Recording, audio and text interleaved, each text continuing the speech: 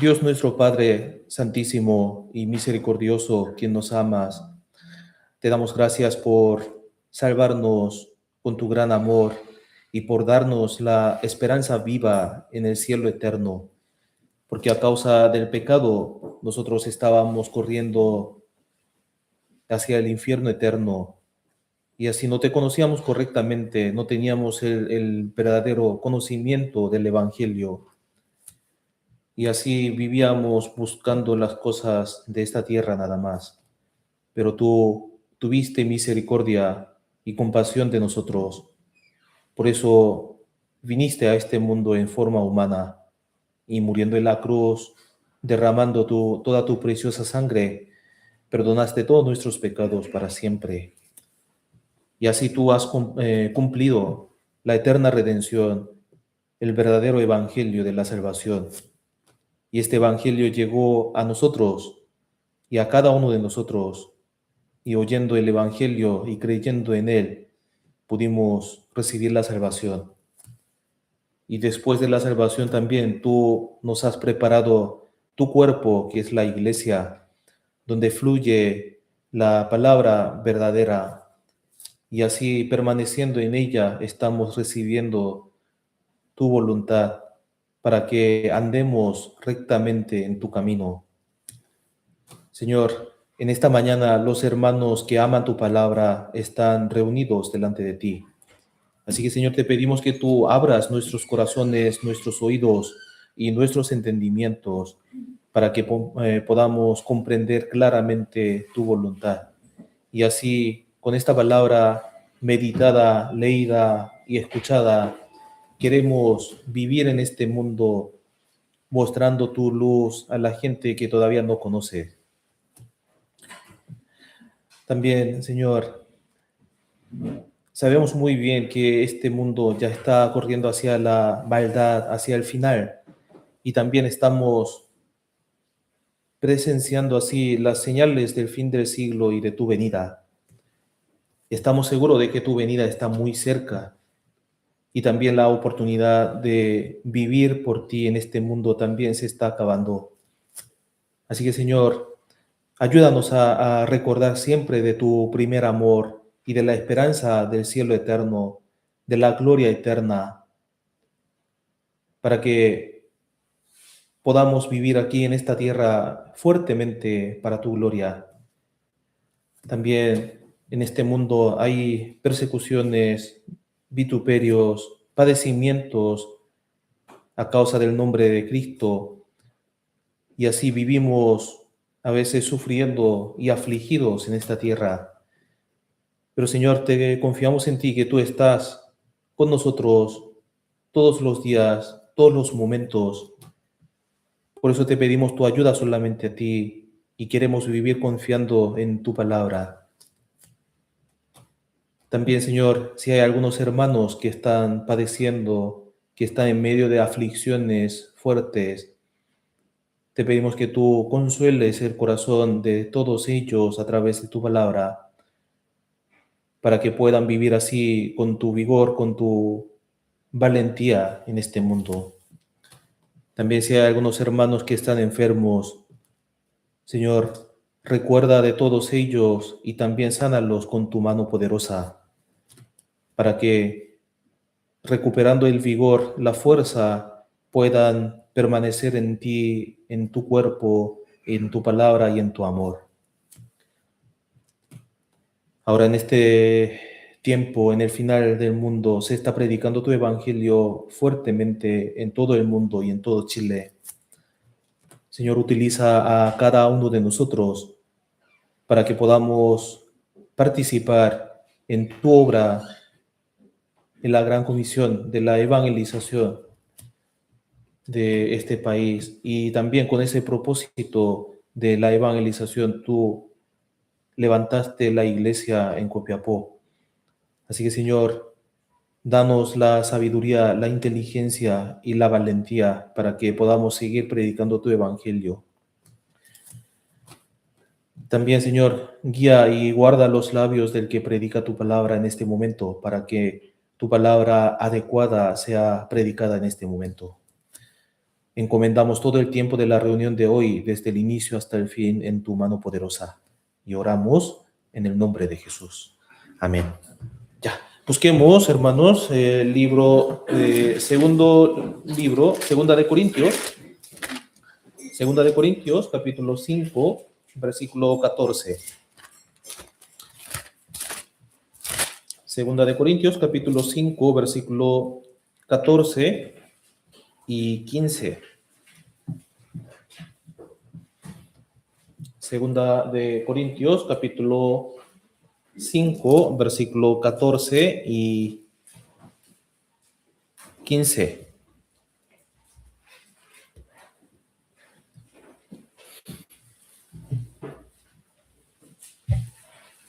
Segunda de Corintios, capítulo 5, versículo 14 y 15.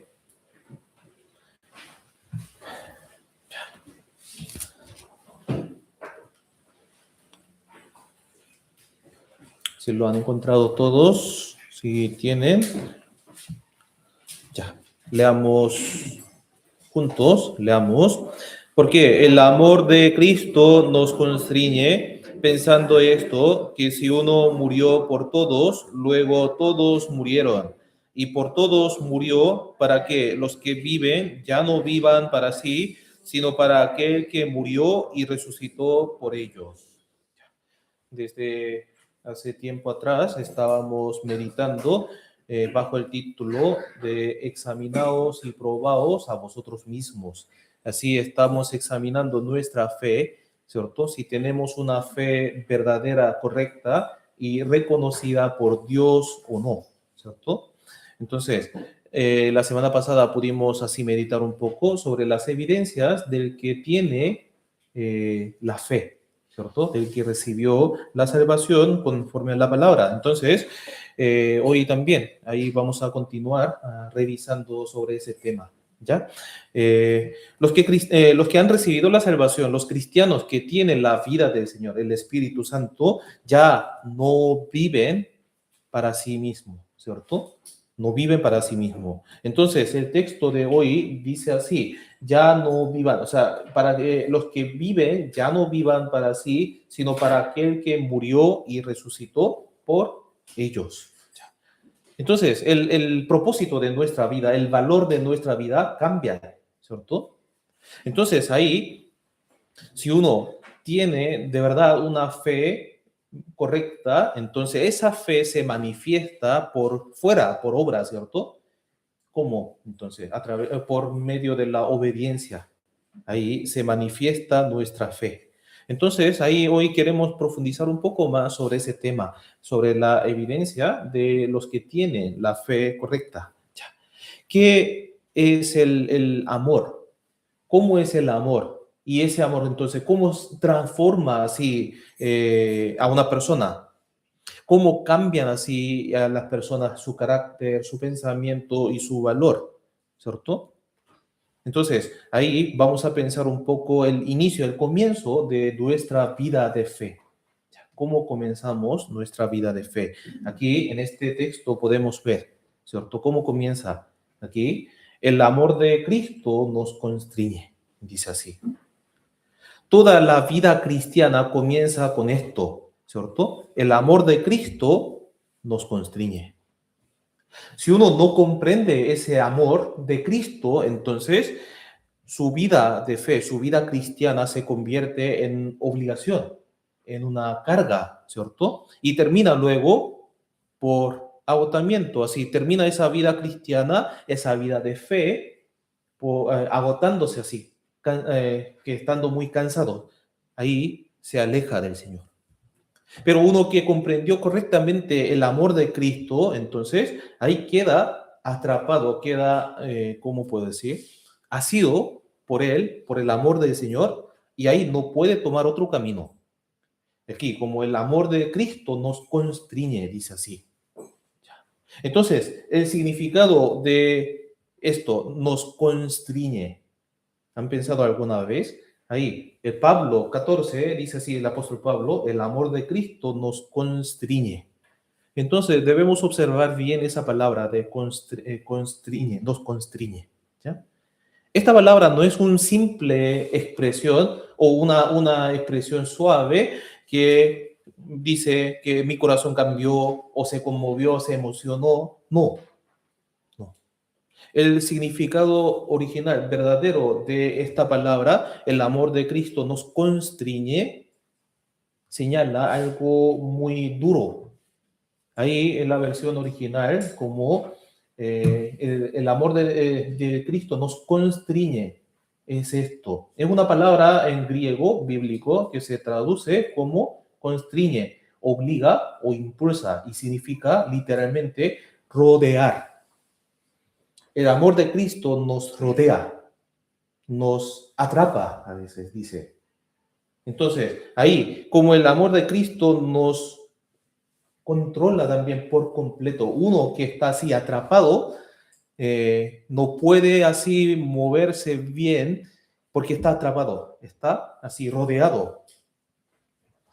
Entonces, ahí todos los lados están cerrados por el amor de Cristo y por eso solo queda un solo camino, un solo camino. Entonces, el Pablo está diciendo que el amor de Cristo es ese tipo de amor que nos rodea, que nos controla, que nos guía. Entonces, uno que comprendió ese amor de Cristo no puede volver a una vida anterior, como antes, como una vida de un pecador. ¿Por qué? Ese amor es demasiado grande y fuerte y demasiado claro, por eso nos sostiene con esa fuerza. Y por eso uno no puede dejar de amar al Señor, no puede alejarse de ese amor, no puede olvidarse de ese amor. Entonces, uno que recibió la salvación con el Evangelio vive, ¿por qué? Como está asido por el amor, ¿cierto? Y así vive siendo constreñido por el amor. Entonces, ahí pensemos un poco, ¿qué es el contenido de ese amor? ¿Cierto? ¿Qué es ese contenido del amor? El texto de hoy nos enseña así. ¿Qué es el amor de Cristo? ¿Cierto? La magnitud de ese amor es así. El amor de Cristo nos constriñe pensando esto, que si uno murió por todos, si uno murió por todos, luego todos murieron. Aquí, si uno murió por todos, uno se refiere a Cristo. El Cristo, el uno, murió en lugar de todos, ¿cierto? Entonces, esto no es un acto simple que de hacer algo bueno por alguien, no es así, ¿cierto? El Dios sin pecado vino al mundo en forma humana, o sea, en lugar de nosotros murió por nosotros que somos pecadores. Entonces, ahí, Él cargó en nuestro lugar el castigo, la ira de Dios, el juicio eterno que nosotros debíamos recibir, ¿cierto? Por eso el texto dice así, luego todos murieron. El uno murió por todos y luego todos murieron. Cuando Cristo murió en la cruz, murió también nuestro viejo hombre. Todos nuestros pecados también fueron quitados. Entonces, uno que creyó en esa verdad, uno que creyó en el amor del Señor, ya su vida vieja se acabó. Se acabó, ¿cierto? Por eso, ¿qué quiere entonces? Cristo murió, Dios sin pecado vino al mundo y murió por nosotros. ¿Para qué entonces? ¿Para qué? Los que viven ya no vivan para sí, sino para aquel que murió y resucitó por ellos.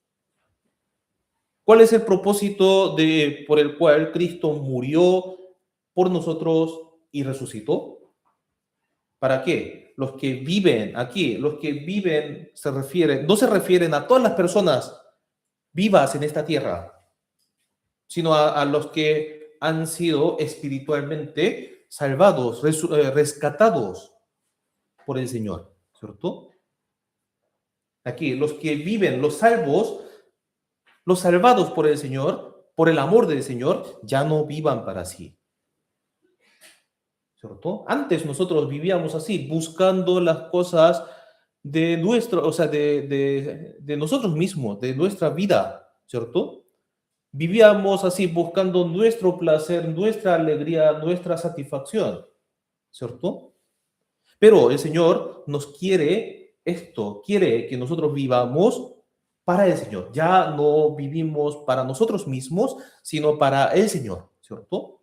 Entonces, no vivimos ya. Si uno que comprendió ese amor tan grande, entonces no vive para su propia ventaja, su propia vida, sino para la gloria del Señor, para el Señor. Es una vida para el Señor. Por eso ahí se convierte en nuestra vida. Si coméis, bebéis o hacéis otra cosa, hacerlo todo para la gloria de Dios. Esto es la razón, o sea, el propósito de nuestra vida, ¿cierto? Hemos recibido el amor tan grande de Dios, por eso vivimos para Dios, para la gloria de Dios. Entonces, como la semana pasada les hablé un poco, ¿cierto? La reacción natural de un cristiano salvo que comprendió el amor tan grande, el agradecimiento, la gratitud. Esta vida no es como una vida, no se produce así forzadamente. Nadie puede obligar, ¿cierto? No es una obligación. El amor de Cristo nos constriñe. Uno que comprendió, conoció el amor de Dios, entonces puede vivir siendo guiado por ese amor. Entonces, uno que comprendió el amor del Señor ya no vive para sí, sino para el Señor, quien murió y resucitó por él. Así podemos vivir siendo guiado por el Señor. Por eso el paso es diferente, o sea, el paso es así. El amor de Cristo, uno primero tiene que conocer el amor, ¿cierto? Por eso la vida eterna, la salvación, tiene relación con conocer el amor de Cristo. Si vemos en San Juan capítulo 17, versículo 13, dice así: esta es la vida eterna, que te conozcan a ti, el único Dios verdadero, y a Jesucristo, a quien has enviado, ¿cierto? Entonces uno primero tiene que conocer el amor de Cristo y luego ese amor nos constriñe, nos impulsa, nos guía, ¿cierto? ¿Para qué? Vivamos, no vivamos para nosotros mismos, sino para el Señor. Entonces, cuanto más se conoce la magnitud, el tamaño de la gracia, del amor del Señor, entonces ahí se vuelve, la gratitud también se vuelve más y más grande. Y si uno tiene esa gratitud en su corazón, entonces ahí debe tener así, o puede tener el deseo de vivir para el Señor. ¿Cuál es la gracia que hemos recibido? ¿Cuál es el amor que hemos recibido? Hemos sido rescatados del castigo eterno a través de la muerte y la resurrección de Jesucristo, ¿cierto? Y así hemos sido liberados de la potestad de las tinieblas, de la perdición, de la muerte, del pecado. Hemos llegado a ser hijos de Dios, hijos amados por Dios. Hemos recibido la vida eterna. Hemos renacido por la palabra del Señor. Entonces, si uno va comprendiendo poco a poco esto, ahí el amor, la gratitud hacia el Señor también se va así grande, más y más, se vuelve más grande, ¿cierto? Veamos aquí Colosenses, capítulo 1. Colosenses, capítulo 1. Aquí no preparé la pantalla. Colosenses 1, 12 hasta 14. Colosenses 1, 12 hasta 14. Que la semana pasada también lo encontramos. Colosenses 1,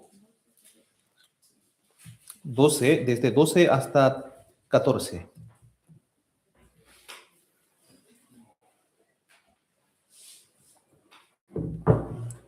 Leamos juntos.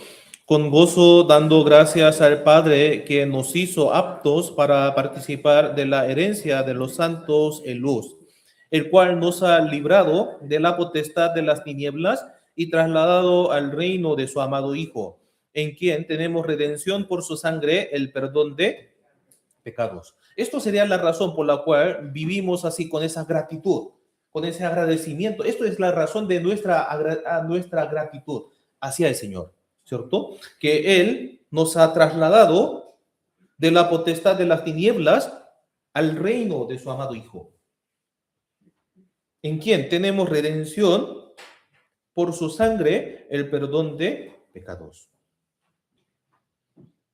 ¿Qué estamos aprendiendo entonces en la iglesia sobre la vida cristiana? Vivir para el Señor. ¿Por qué hacemos esto entonces? Porque hemos recibido el amor del Señor. Hemos recibido la gracia del Señor. Ya tenemos la vida eterna, ya tenemos la salvación, ya somos hijos de Dios. Por eso vivimos así, ¿cierto? Entonces, si la vida de fe les parece una obligación, entonces la obediencia les resulta como una carga, una presión tan fuerte, ¿cierto? Entonces, ¿qué sería?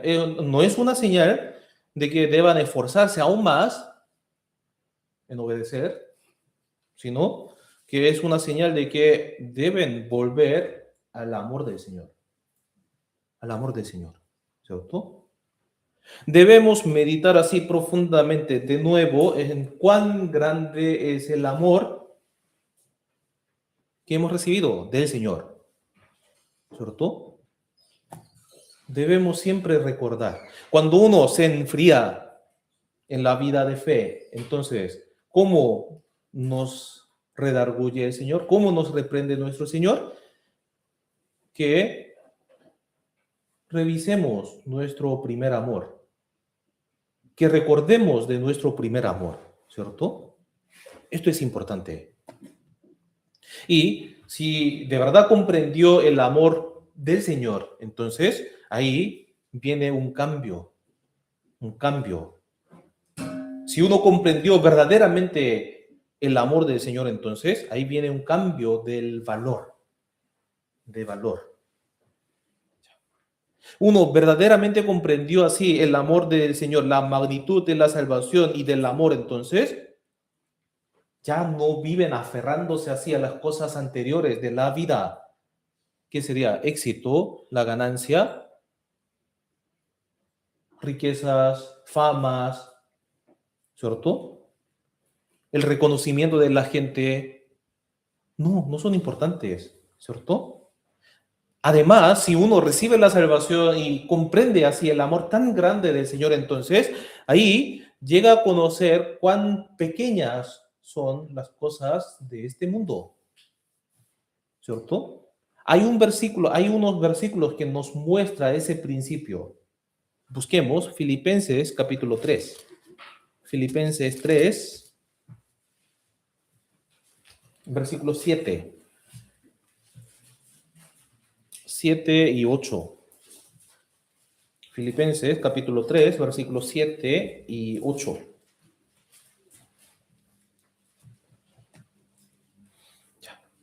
Filipenses 3, 7 y 8.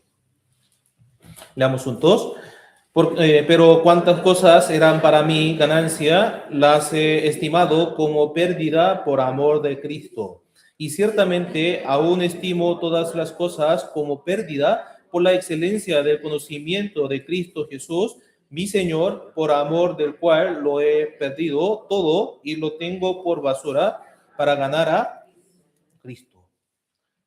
Para entender aquí como mejor este texto, debemos así saber a qué se refiere Pablo así con lo que era la ganancia, para él ganancia, ¿cierto? Si vemos los versículos anteriores, 5 y 6, ahí podemos ver la ganancia, la ventaja que tenía Pablo, ¿cierto? ¿Qué dice ahí? Se lo leo. Circuncidado al 8º día del linaje de Israel, de la tribu de Benjamín, hebreo de hebreos, en cuanto a la ley, fariseo, en cuanto al celo, perseguidor de la iglesia, en cuanto a la justicia que es en la ley irreprensible.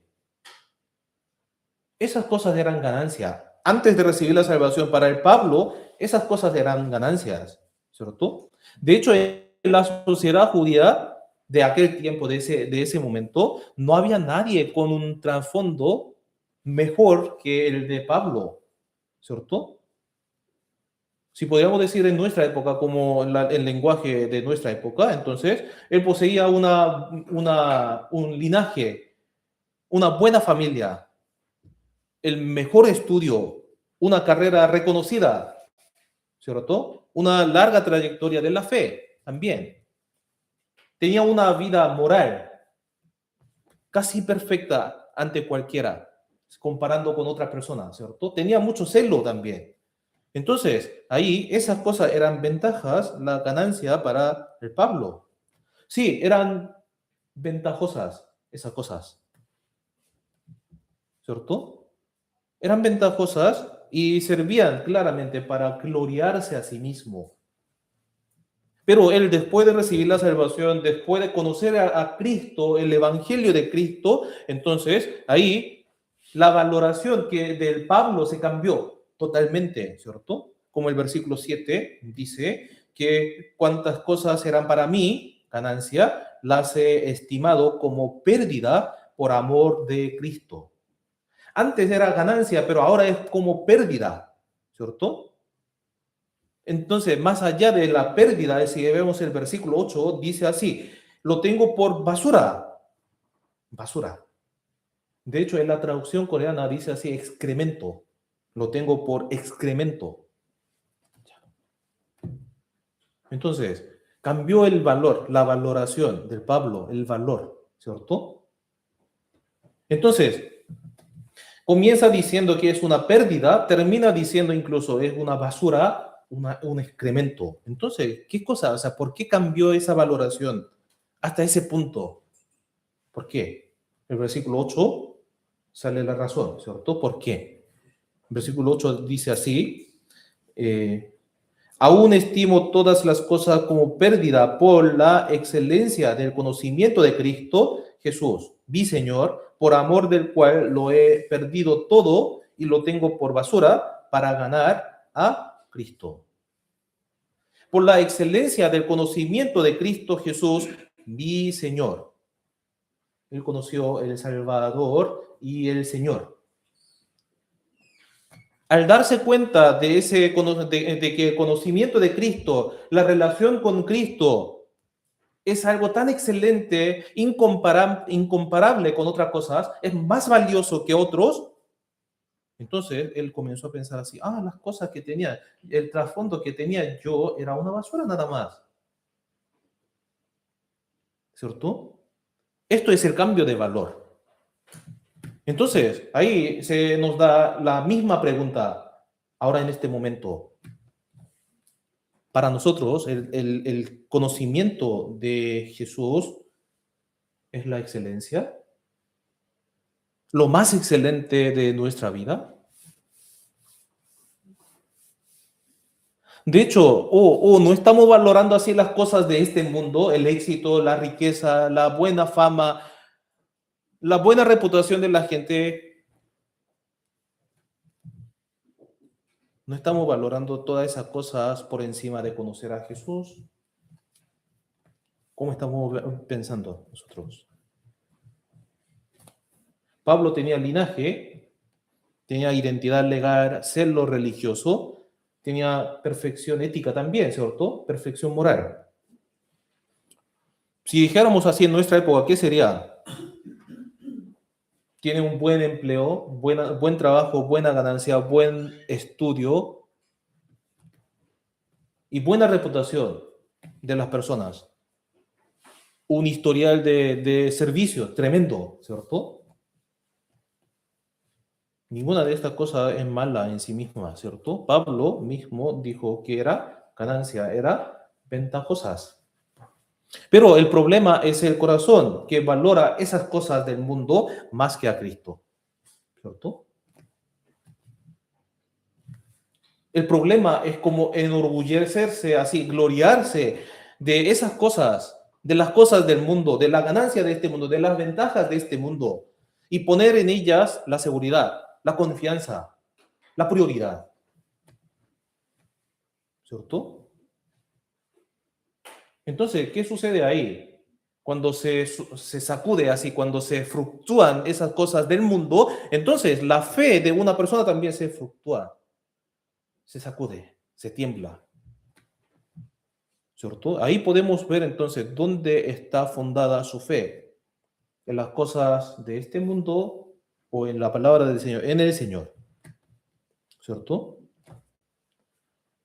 Pero uno que comprendió el Evangelio verdadero, entonces, ahí viene el cambio de valor.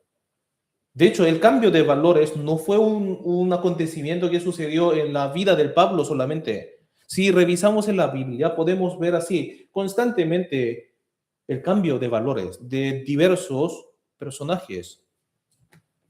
Por ejemplo, si vemos en Hebreos capítulo 11, sale hombres de fe. Por la fe, Abel, por la fe, Abraham, por la fe, así, ¿cierto?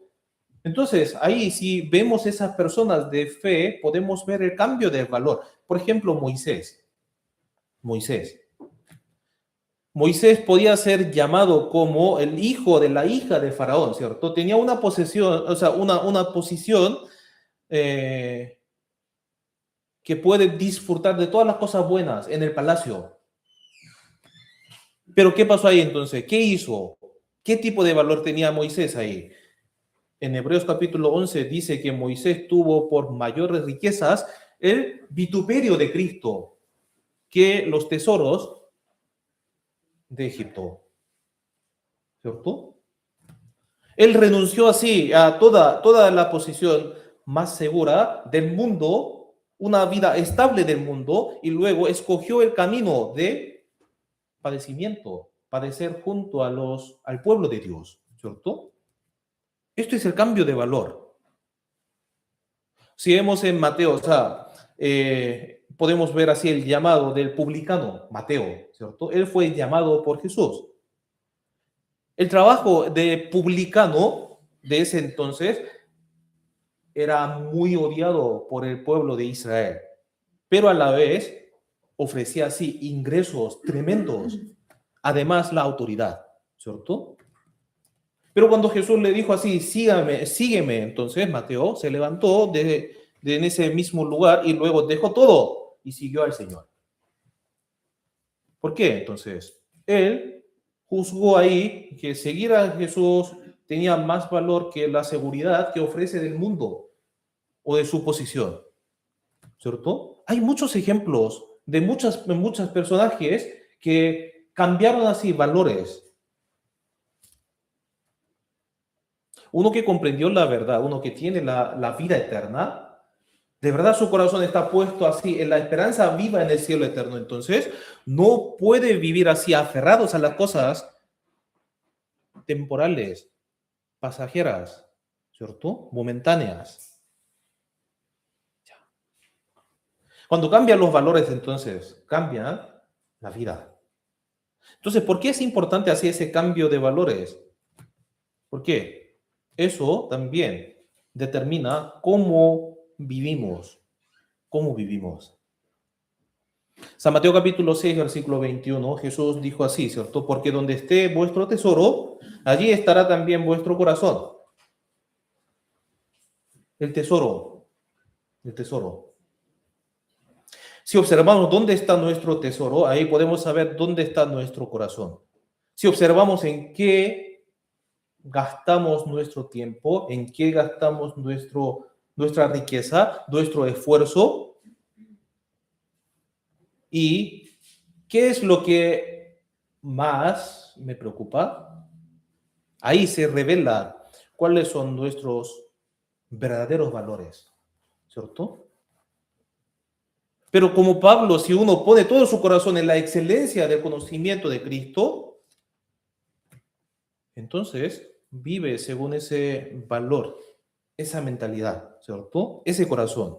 Uno dedica su tiempo, más tiempo, su corazón más a acercarse al Señor, a la palabra del Señor, a orar, a tener comunión con los salvos y a predicar el Evangelio también. ¿cierto? Mucha gente piensa que utilizar, o sea, gastar el tiempo los domingos en la mañana en una iglesia es como una pérdida, piensan así, pero nosotros es como una ganancia ya. ¿Por qué? Porque tenemos la excelencia de Cristo, del conocimiento de Cristo.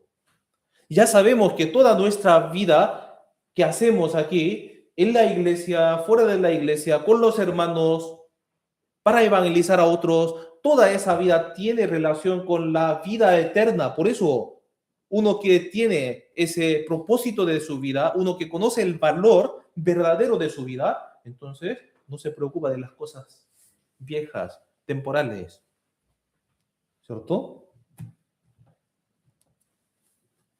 Pero si uno dedica todo su tiempo y todo su corazón al éxito, al reconocimiento del mundo, entonces lleva su vida de fe solo como o sea, de una forma formal, ¿cierto? En el tiempo, con el tiempo que le queda. Si no me queda tiempo, entonces no puedo, no voy a hacer. Así piensa. Entonces, debemos examinar nuestros valores. ¿De verdad yo considero a Cristo, o sea, el conocimiento de Cristo es lo más excelente o no? ¿Cierto? O solamente lo digo de palabra, pero mientras en realidad pongo así un valor mayor en otras cosas del mundo, ¿qué estoy haciendo? Debemos examinarnos a nosotros mismos. ¿Por qué? Estos valores deben cambiar, ¿cierto? Y si cambian esos valores, entonces hay algo que aparece naturalmente después, que es la obediencia. Si uno conoce el valor, si el valor de nuestra vida está puesto en el Señor, en la palabra del Señor, entonces ahí viene la obediencia. El mayor valor está en el Señor, en la excelencia del Señor, en el conocimiento del Señor. Entonces ahí voy a obedecer al Señor. Hemos visto dos cosas, ¿cierto? El amor de Cristo nos constriñe, ¿cierto? Y uno que comprendió ese amor de Cristo, entonces cambia su valor. Y ahí entonces no se aferra a las cosas del mundo, sino se aferra a las cosas de Dios, del Señor, de las cosas eternas. Entonces, si uno vive así, ahí viene la obediencia. Pero la obediencia no es una obligación. No es una obligación. La obediencia es como que el amor del Señor se sobreabunda, se abunda ahí. Entonces, ahí viene la obediencia, como un desbordamiento natural del amor, podemos decir así. Por eso, si vemos en San Juan capítulo 14, Jesús dijo así, veamos San Juan 14, capítulo 14, versículo 15.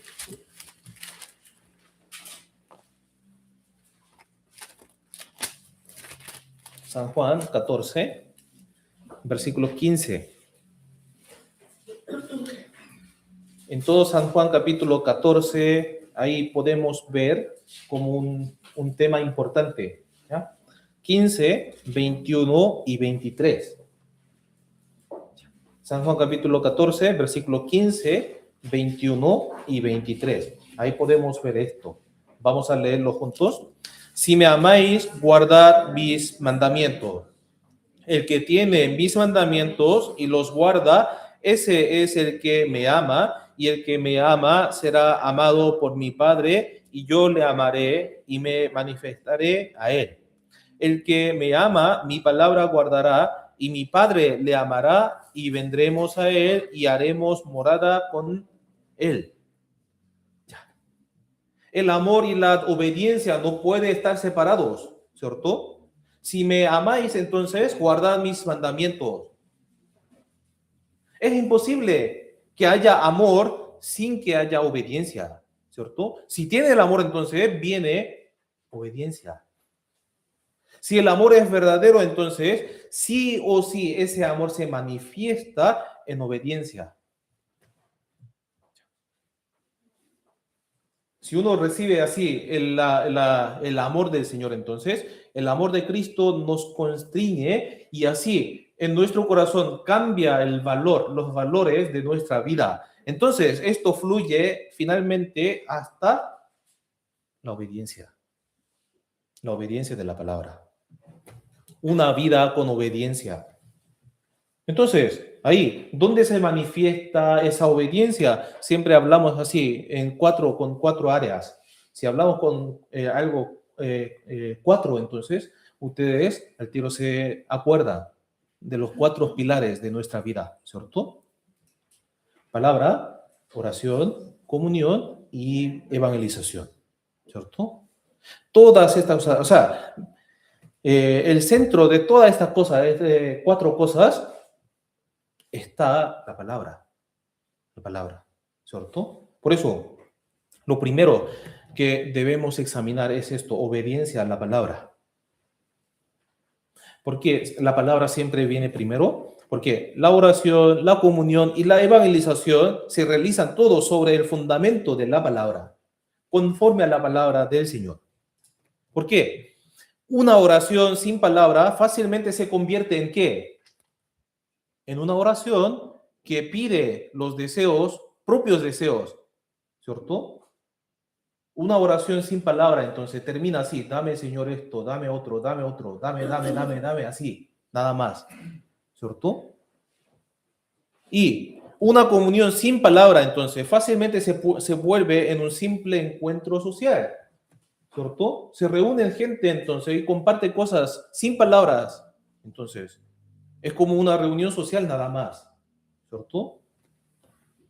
Y una evangelización sin palabra corre el riesgo de anunciar cosas diferentes, ¿cierto? Por eso el punto de partida de toda la obediencia es la palabra.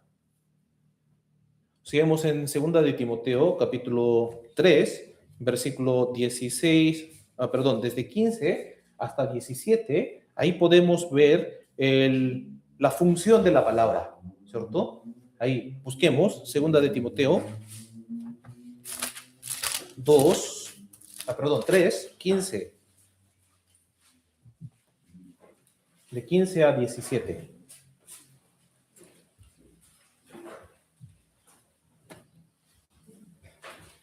Segunda de Timoteo, capítulo 3, versículo del 15 a 17.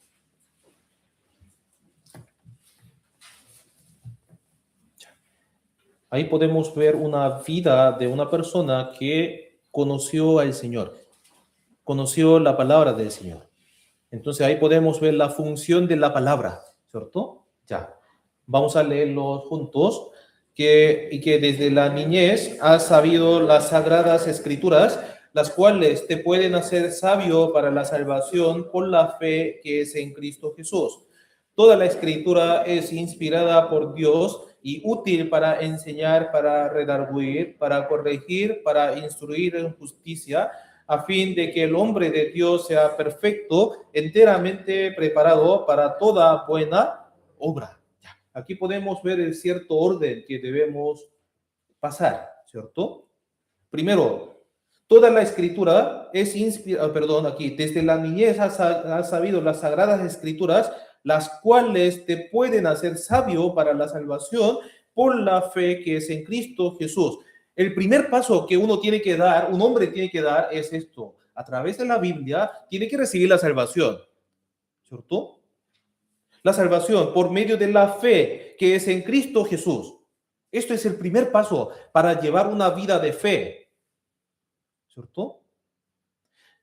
Y uno que comprendió el amor verdadero del Señor, entonces vive siendo guiado por el Señor, por la palabra del Señor. Entonces ahí recién viene ese proceso que toda la escritura, uno que recibió la salvación, para esa persona, toda la escritura es inspirada por Dios y útil para enseñar, para redarguir, para corregir, para instruir en justicia.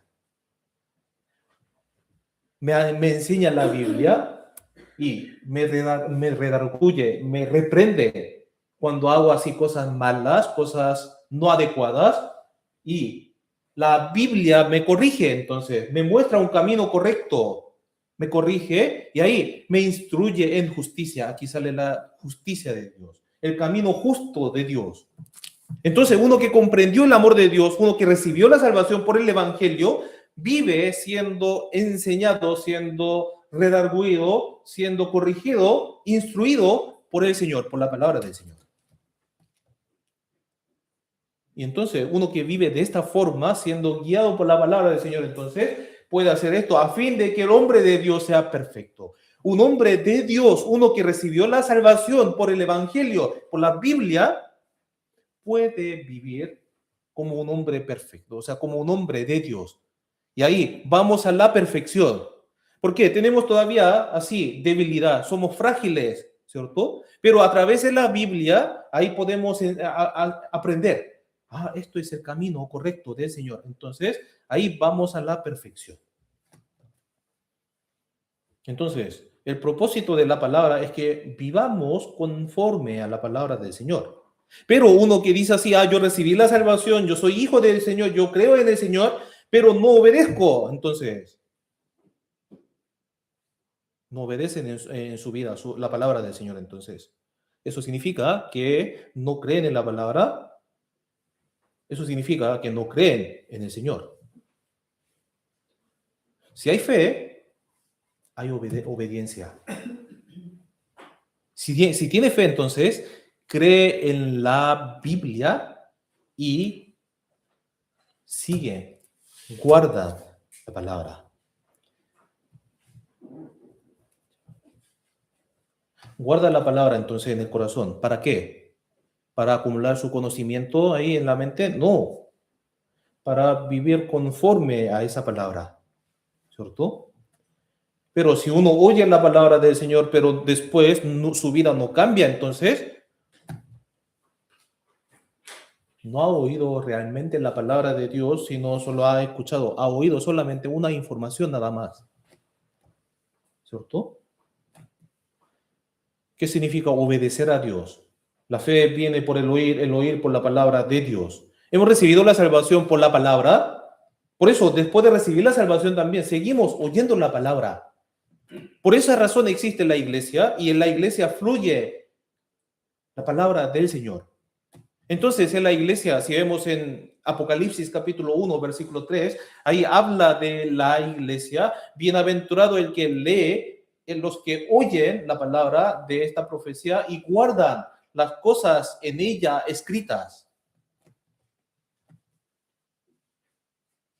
En el lugar donde el Espíritu Santo mora, fluye la voluntad, la palabra de Dios. Entonces, yo que recibí la salvación por el Evangelio, por el amor del Señor, entonces, tengo que acercarme más al Señor, al cuerpo del Señor, a la palabra del Señor. Ahí escuchamos, oímos juntos la palabra del Señor. Nos acercamos cada día, cada momento a la palabra de Dios. ¿Cierto? Entonces, ahí, cuando oímos la palabra, pensamos, meditamos, ya, ¿qué me está diciendo el Señor ahora en mi vida? ¿O qué quiere que el Señor, qué quiere que yo haga el Señor? Si la Biblia me manda eso, entonces yo obedezco, vivo, trato de vivir así para el Señor, ¿cierto? Entonces, la primera forma de obediencia de uno que ha cambiado su valor es esto, la obediencia a la palabra del Señor. Toma la palabra como la máxima autoridad de su vida y luego ajusta su vida a ella, a la palabra del Señor. A su vida, sus pensamientos, hasta sus decisiones. Si de verdad tiene fe. También, el segundo lugar sería la obediencia en la oración. Conocemos muy bien que esto es la voluntad del Señor. Orad sin cesar. No es una sugerencia, ¿cierto? Es un mandamiento. Orad sin cesar. Si vemos en el Colosenses también sale como la palabra similar, ¿cierto? Ahí, Colosenses capítulo 4, versículo 2 también dice así, perseverad en la oración, velando en ella con acción de gracias. Perseverad en la oración, velando en ella con acción de gracias. La oración no es algo que se hace solo cuando el corazón se siente así movido, cuando necesita así, cuando siente alguna necesidad. No, es como uno con su voluntad así tiene que mantener siempre esa oración, perseverar velando en la oración. Entonces, ¿qué es la oración? La oración no es un tiempo para pedirle al Señor lo que yo deseo, ¿cierto? La oración es como el reconocimiento que yo reconozco al Señor como mi Salvador, como mi Señor, como mi Rey, ¿cierto? Por eso, primero, agradecemos al Señor y glorificamos al Señor, buscamos la gloria del Señor, buscamos la voluntad del Señor. Y luego también podemos pedir lo que necesitamos. Es como una parte de la oración. Pero si vemos así las oraciones de la gente que andan en las iglesias, muchos solamente están pidiendo, pidiendo. O sea, uno que cambió sus valores, uno que comprendió el verdadero amor y la salvación, entonces ahí comprende, yo solo no puedo vivir, soy tan frágil y débil, yo no puedo vivir solo así. Y por eso Dios nos está mandando que oremos a Él, porque Él nos ayuda, nos guía por medio de la palabra, por medio de la iglesia y así. No es un acto religioso la oración, ¿cierto? No es un acto religioso. Es como una respiración para mantener nuestra vida de fe. Uno que sabe que sin el Señor, sin Dios, no puede vivir. Entonces, ahí pide, o sea, ora al Señor, ¿cierto? La oración de encomendar a Dios así el día, todo el día, desde el inicio hasta el final, ¿cierto? Cuando enfrentamos así las dificultades también, oramos. Y cuando necesitamos la voluntad del Señor también, oramos. Y también cuando damos gracias al Señor también, oramos, ¿cierto? Entonces, ¿cuántas veces, o cómo estamos obedeciendo al Señor? ¿Cómo estamos orando al Señor? Tercero, la obediencia en la reunión, en la comunión, ¿cierto? El Señor quiere que estemos así solos, luchando contra el diablo, contra el mundo, después de recibir la salvación. El Señor quiere que estemos así firmes, solo, estando solo, aislados, cerrados en la pieza, solo, escuchando la palabra solo. No, no. Busquemos Hebreos capítulo 10. Hebreos 10.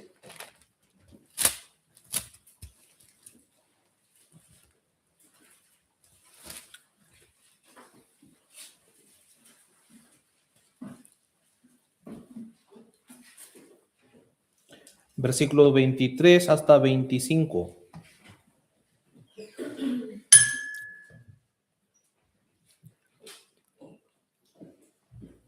Hebreos capítulo 11, versículo de 23 hasta 25. Perdón, 10. ¿Qué dije yo? ¿3? 11, perdón. Hebreos capítulo 10, versículo 23 hasta 25. Aquí en la pantalla aparece desde 24, pero ahí leamos desde 23 en adelante. Leamos juntos. Mantengamos firme sin fluctuar la profesión de nuestra esperanza, porque fiel es el que prometió. Y considerémonos unos a otros para estimularnos al amor y a las buenas obras, no dejando de congregarnos como algunos tienen por costumbre, sino exhortándonos y tanto más cuanto veis que aquel día se acerca. Hay un mandamiento claro, ¿cierto? ¿Qué? Considerémonos unos a otros para estimularlos al amor y a las buenas obras, no dejando de congregarnos. La vida cristiana no la puede llevar solo, estando solo, ¿cierto? No dejando de congregarnos como algunos tienen por costumbre. Ahora, el desarrollo de la ciencia, mucha gente piensa así, solo puedo llevar la vida de fe, solo puedo escuchar, solo puedo orar, solo. Se enfoca así, en sí mismo nada más, ¿cierto? No quiere tener comunión, no quiere establecer relación con los hermanos, no quiere. Esa persona que dice esto no comprendió la palabra del Señor, que no obedece la palabra del Señor. Por eso se enfoca en sí mismo, solo puede hacer, solo, ¿cierto? Ignorando la palabra que dice así, ya, congrégate. Porque hay personas que te pueden ayudar. Hay personas que tienen la misma esperanza del cielo eterno, de la esperanza viva, ¿cierto? El Señor dice así, es una familia, pero dice así, otro que dice creer, dice así, yo solo puedo hacer. Entonces, ¿qué está haciendo? Cuando uno vive así centrado en sí mismo solamente, entonces, esta comunión le resulta así, muy pesada y molesta también. ¿Por qué? Se enfoca en sí mismo, en su comunidad, en su ganancia, en su comunidad es más importante para sí mismo. Su tiempo es más importante para sí mismo, por eso pasa esto. Pero uno que ha cambiado sus valores, uno que ha comprendido el amor del Señor, entonces los que viven ya no vivan para sí, sino para aquel que murió y resucitó por ellos, ¿cierto? Entonces el amor hacia el Señor fluye hacia los hermanos también. Esto es lo que el Señor quiere, ¿cierto? La comunión, la obediencia en la comunión. Y el cuarto lugar sería la obediencia en la evangelización. Evangelización. Conocemos muy bien, ¿cierto? ¿Por qué aprendemos la palabra juntos? ¿Por qué oramos juntos? ¿Por qué tenemos esa comunión? ¿Para qué hacemos esto? Como siempre repetimos, ¿cierto? En Hechos capítulo 2, versículo 46, ¿cierto? Siempre repetimos. ¿Por qué hacemos toda esa cosa? Cantamos alabanza, ¿por qué aprendemos juntos? Meditamos la palabra juntos. ¿Por qué hacemos todo juntos? Compartimos el pan en las casas. ¿Por qué tenemos reuniones de distrito? ¿Por qué tenemos esas cosas? ¿Por qué? Perseverando unánime cada día en el templo y partiendo el pan en las casas, comían juntos con alegría y sencillez de corazón, alabando a Dios y teniendo favor con todo el pueblo. El Señor añadía cada día a la iglesia a los que habían de ser salvos. Esto es lo que hacemos en la iglesia, ¿cierto? Aprendemos juntos la palabra, oramos juntos, tenemos la comunión juntos, compartimos el pan juntos, el pan de vida, pan del Espíritu. Compartimos juntos, alabamos juntos a Dios, glorificamos juntos a Dios para la salvación de las personas de nuestro alrededor. ¿Cierto? Y el Señor, antes de ascender al cielo, dejó la misión más importante de nuestra vida, ¿cierto? ¿Qué dice? Id por todo el mundo y predicad el evangelio a toda la criatura. Y hacer los discípulos, bautizándolos en el nombre del Padre y del Hijo y del Espíritu Santo. ¿Cierto? La misión que tenemos es la evangelización. ¿Para qué? Demos esas oportunidades de escuchar el verdadero evangelio. ¿Por qué? En el mundo hay tentaciones del diablo que engañan a la gente, ¿cierto? Para que no escuche el evangelio bíblico.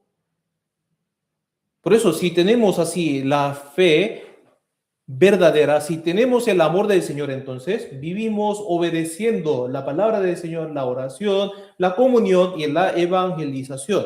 Si uno conoce de verdad esa magnitud del amor, entonces no puede quedarse así quieto al ver a las personas que están muriendo, ¿cierto? Cuando estamos así tranquilos, sin problemas, evangelizamos. No. Cuando estamos así afligidos en este mundo a causa de las dificultades, tristezas, aún así predicamos, ¿cierto? ¿qué debemos hacer? Predicar el Evangelio cuando tengamos tiempo, cuando no tengamos tiempo, cuando escuchen ellos, cuando no escuchen. No importa, hacemos esto aquí, ¿cierto? ¿Por qué? Puede que llegue la muerte a esa persona, puede que llegue la muerte a mí también, ¿cierto? Entonces, para que no pierda esa oportunidad de oír el Evangelio, debemos predicar en todo tiempo, ¿cierto?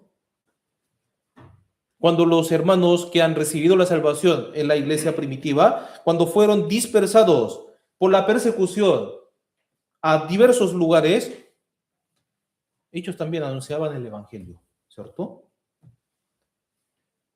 Eso no fue algo que hicieron porque alguien los obligaba, ¿cierto? Solamente la gracia que ha recibido era tan grande, entonces no podía dejar de anunciar. Esto sería una forma natural de una persona que es constreñido por el amor del Señor, ¿cierto? Entonces, hay una cosa que también debemos revisar. Pudimos ver así 4 áreas importantes de nuestra vida de fe: la palabra, oración, comunión y la evangelización.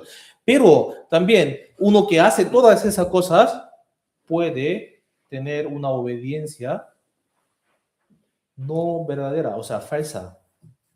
Por fuera sí, aunque por fuera parezca así lo mismo, asisten a la iglesia, oran a Dios y sirven y evangelizan, pero puede que esa obediencia no sea aceptada por el Señor. Entonces debemos discernir, ¿cierto? Porque uno puede engañarse a sí mismo creyendo que obedece, ¿cierto? Entonces, ¿cómo podemos discernir? Hay un contexto que nos muestra. En el primer libro de Samuel, capítulo 15, ahí sale una historia del rey Saúl, ¿cierto? Dios mandó a Saúl atacar a Amalek y destruir por completo a todos. Pero ¿qué hizo Saúl? O sea, atacó a Amalek, ¿cierto? Atacó a Amalek y luego, sí, parece que obedeció, pero en parte. ¿Por qué? Dejó con vida al rey Agag, ¿cierto? También conservó las mejores ovejas vacas. Dios dijo que construyera todos, pero él dejó algunas cosas. Destruyó solamente cosas sin valor, ¿cierto? Entonces, es como una obediencia parcial, en parte. Obedece solo la parte que uno quiere y no obedece algo que no quiere. Y ahí podemos ver así la excusa de Saúl, ¿cierto? Delante de los animales. Él dijo así: ya había guardado todos estos animales para ofrecerle al Señor, para ofrecer así en sacrificio a Dios. O sea, por fuera es una palabra tan piadosa, ¿cierto? Quiero entregarlos al Señor en el sacrificio. Pero no era un mandamiento de Dios, ¿cierto? El Señor no quería el sacrificio, sino obediencia completa. Y por eso luego dijo esta palabra, ¿cierto? Que primero de Samuel, capítulo 15, versículo 22, ahí dice eso. Se complace Jehová tanto en Samuel dijo, se complace Jehová tanto en los holocaustos y víctimas como en que se obedezca a las palabras de Jehová. Ciertamente el obedecer es mejor que los sacrificios y el prestar atención que la grosura de los carneros.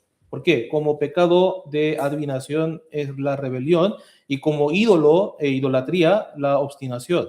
Por cuanto tú desechaste la palabra de Jehová, él también te ha desechado para que no seas rey. Esta palabra, el obedecer es mejor que los sacrificios.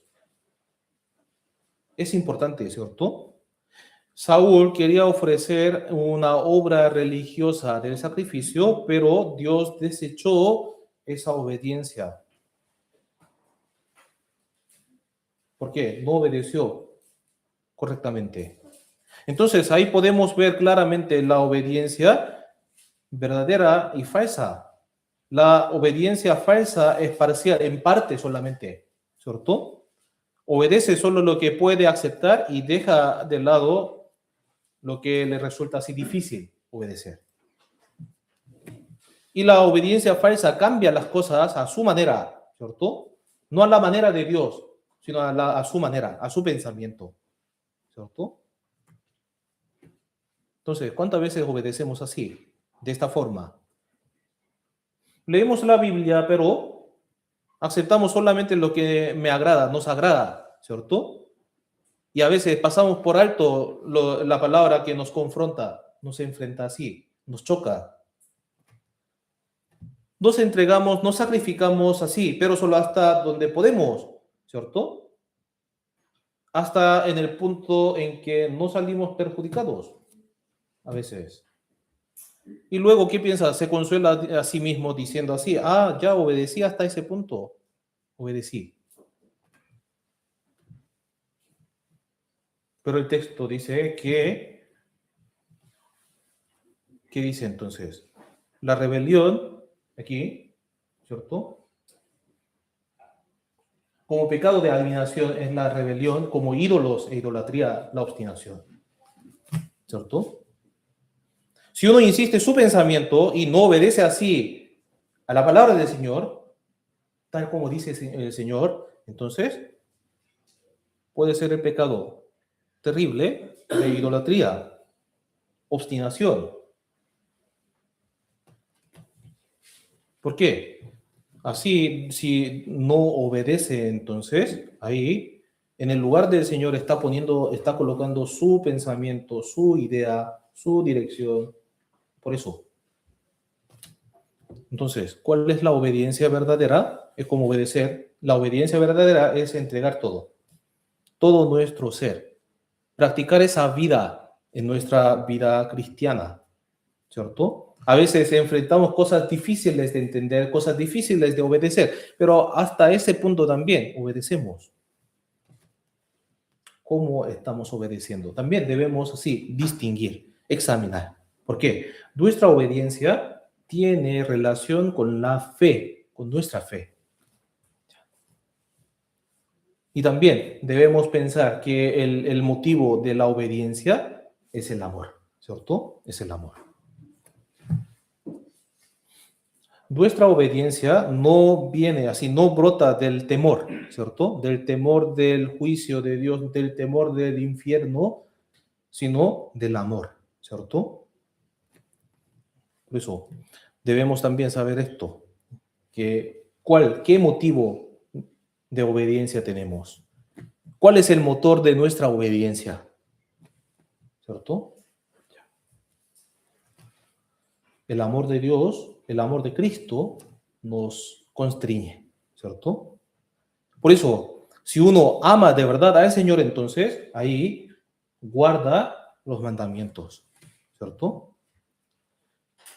Por eso, si uno tiene ese amor, entonces ese amor fluye hacia afuera. Pero cuando el amor se enfría, entonces la obediencia se vuelve una carga muy pesada. Por eso siempre debemos recordar del primer amor, debemos recordar de la cruz del Señor. El amor hacia el Señor no es algo pesado, no es algo gravoso. En primera de Juan capítulo 5, versículo 3, dice esto: los mandamientos del Señor no son gravosos. ¿Por qué? Guardamos así con el amor del Señor. Y el centro de la obediencia es poner toda nuestra vida en la palabra del Señor, en el Señor. De hecho, hemos revisado así 4 cosas, 4 pilares de nuestra vida cristiana: palabra, oración, comunión y evangelización. Estas 4 cosas no son una más entre las cosas, entre diversas actividades de nuestra vida, ¿cierto? Estas 4 cosas deben ser el propósito de nuestra vida, ¿cierto?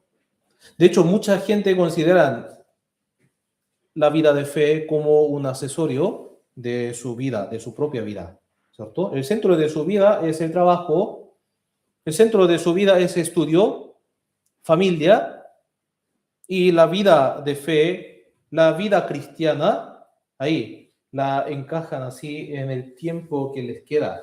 Así piensan, ¿cierto? Como un accesorio. Pero la vida cristiana que habla de la Biblia, el texto de hoy, no es así, ¿cierto? La vida cristiana, nuestra vida de fe debe ser el centro de toda nuestra vida, de todo nuestro ser. ¿Por qué? Los que viven ya no vivan para sí, sino para aquel que murió y resucitó por ellos. Esa palabra nos está diciendo que cambiemos todo por completo. No es que el trabajo, los estudios, el éxito estén en el centro de la vida y la fe queda al lado. No es así, ¿cierto? Entonces, uno debe tener el centro de la vida así. Y entonces desde ese centro fluye la palabra, oración, comunión y evangelización, ¿cierto? Y con esa fuerza que de allí brotan así, se vive el trabajo, los estudios y la vida familiar. Por eso el orden no debe ser cambiado, ¿cierto? El trabajo del mundo está en el segundo lugar. El problema, o sea, el tema, el núcleo de la vida, nuestra vida, es la fe, ¿cierto? Lo importante es la relación con el Señor, la relación con los hermanos, la oración, la palabra, la comunión, la evangelización. Esto es el centro de nuestra vida y los demás están en segundo lugar, ¿cierto? Recuerden ahí el Filipenses que dijo el Pablo. Pablo tuvo por basura todas las cosas ventajosas del mundo, ¿cierto? Pero él no dejó de trabajar. O sea, eso no significa que no hiciera ninguna obra en el mundo. Él también seguía haciendo tiendas, ¿cierto?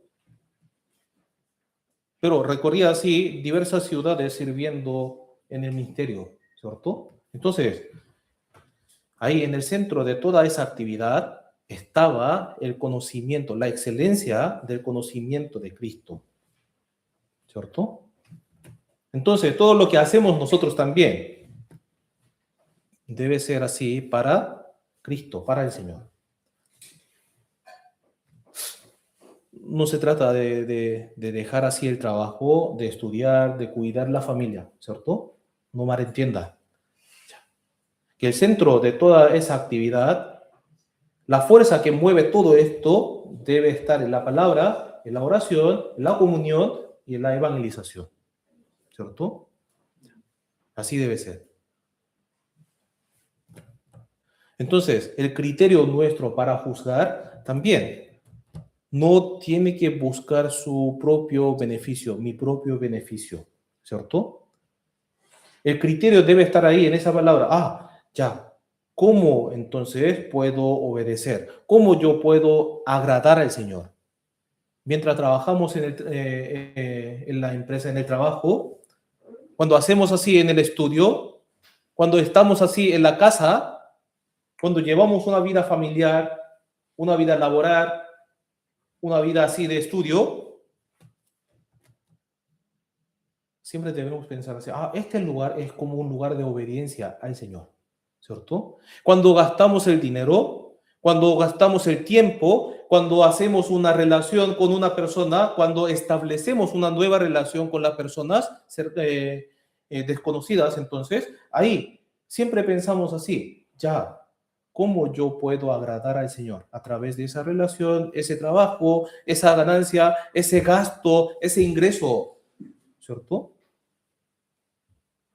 La obediencia no solamente se hace así en los domingos, cuando hacemos la comunión, ¿cierto? La obediencia debe haber así en toda nuestra vida, en toda nuestra vida. ¿Por qué eso es tan importante la obediencia entonces? ¿Por qué? De hecho, por naturaleza éramos pecadores, personas que vivíamos poniendo así todo nuestro corazón, toda nuestra vida en este mundo, en las cosas del mundo. ¿Qué quiero yo? ¿Qué quiero hacer? ¿Qué me gusta a mí? ¿Cómo yo puedo ser feliz? Buscábamos esas cosas antes. Pero como el texto dice así, ya no vivan para sí, ¿cierto?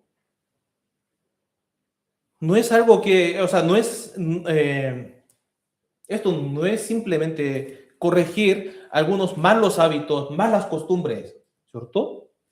Uno tiene que cambiar así completamente el eje de su vida, ¿cierto? La dirección de su vida.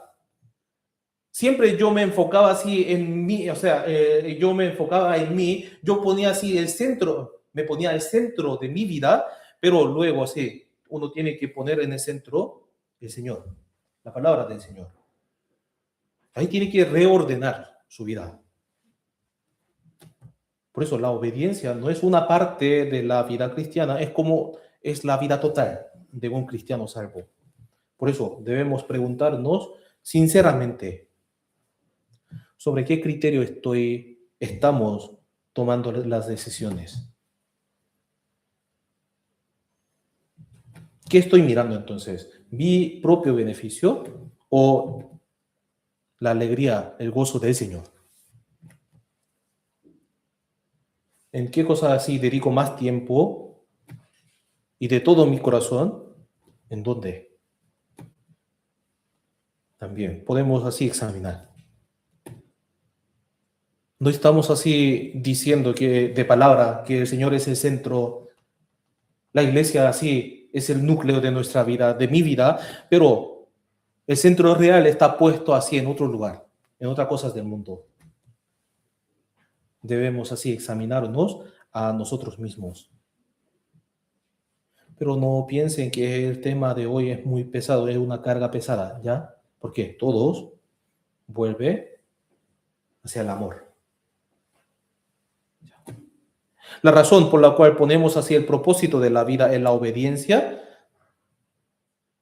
no es que así podamos así ser salvos, ¿cierto? Ya hemos recibido la salvación, la gracia tan grande, por eso para agradecerle al Señor obedecemos. Queremos vivir de manera digna de ese amor, de esa gracia tan grande. Porque ese amor es tan grande que entregar al Señor toda nuestra vida, toda mi vida, eso no me parece así demasiado entonces, porque el amor del Señor es tan grande. Así debemos vivir, porque cambiamos los valores de nuestra vida. Así sería la vida de quien es constreñido por el amor del Señor. Hoy pudimos revisar tres cosas, ¿cierto? El amor de Cristo nos constriñe, nos rodea, nos atrapa, ¿cierto? Entonces uno que comprendió ese amor tan grande que nos rodea, entonces cambia su valor, el valor de su vida. Por eso, antes así, buscaba solamente cosas de este mundo y pensaba que la vida pasada era como una ganancia, la riqueza era ganancia, el estudio era ganancia, pero ahora, después de recibir la salvación, lo tenemos por basura, ¿cierto? Y ese cambio de vida, ese cambio del corazón, ese cambio de valor, se manifiesta en la obediencia. En la obediencia, en la palabra, oración, comunión y evangelización. Ponemos el centro de nuestro corazón en el Señor, en la palabra del Señor. Todos estos están relacionados, conectados, ¿cierto? Si uno comprende el amor, cambia su valor, y si cambia el valor, entonces llega a obedecer al Señor. Y si en mi vida todavía no hay obediencia, entonces lo que tengo que examinar primero era esto. ¿Yo de verdad comprendí el amor del Señor o no? Por eso les pido que se examinen, que se prueben a sí mismos con muchos criterios bíblicos. Ya estamos hacia la sexta sesión, ¿cierto? Entonces hemos revisado muchísimas palabras. Entonces, con estos criterios ustedes tienen que examinarse a sí mismos. ¿De verdad estoy siendo constreñidos por el amor de Cristo o no? ¿De verdad yo considero que mis valores así están en el conocimiento de Cristo o no? ¿De verdad yo estoy participando así en la palabra, oración, comunión y evangelización o no? ¿Esto sería el centro de nuestra vida o no? Si ante esas preguntas se siente así abatido o triste, pero les pido que esto no es para condenar a ustedes, ¿cierto? Uno, escuchando la palabra, examinándose a sí mismo, puede sentir el dolor, puede sentir la tristeza, puede sentir así una carga también. Pero es como una invitación de volvernos al amor del Señor, a la cruz del Señor. Si de verdad el Señor murió por mí, por nosotros, por cada uno de ustedes, entonces, siempre tiene que visitar a esa cruz. De verdad Él murió por mí, entonces, ¿qué estoy haciendo? También tengo que estar así siempre en la iglesia comprada con la sangre del Señor, donde hay personas que han recibido la misma salvación por la misma sangre de Jesucristo, que viven cargando su propia cruz también. Si nos acercamos allá, entonces podemos restaurar nuestro primer amor. Entonces ahí el amor comienza a impulsarnos. El amor de Cristo nos constriñe de nuevo. Y así podemos vivir siendo como un cristiano salvo. Terminemos con la oración. Oremos juntos. Dios Padre, te damos gracias por permitirnos esta comunión en el Señor. Hoy también pudimos examinarnos y probarnos a nosotros mismos a través de tu palabra. Así que, Señor, ayúdanos a que podamos vivir siempre poniendo nuestro centro, nuestro corazón en ti, en tu cuerpo, que es la iglesia, en tu palabra. Y así queremos agradarte a ti y queremos vivir para tu gloria. Si hay algunos que han recibido la salvación, Señor, guía sus pasos para que puedan agradecerte a ti, glorificarte a ti. Y si hay otros que no han comprendido todavía el amor tuyo, Señor, permíteles más oportunidades para que puedan oír tu evangelio y recibir la salvación. También estamos preparando el seminario para los niños y el seminario de la Biblia en la iglesia. Así que, Señor, llama a muchas almas perdidas para que muchos puedan recibir la salvación y que puedan vivir por ti. También utiliza a cada uno de nosotros para esta obra y así queremos vivir para tu gloria. También, Señor, cumple todos los planes de nuestra vida según tu voluntad. Te damos gracias por todo y oramos en el nombre de Jesús. Amén.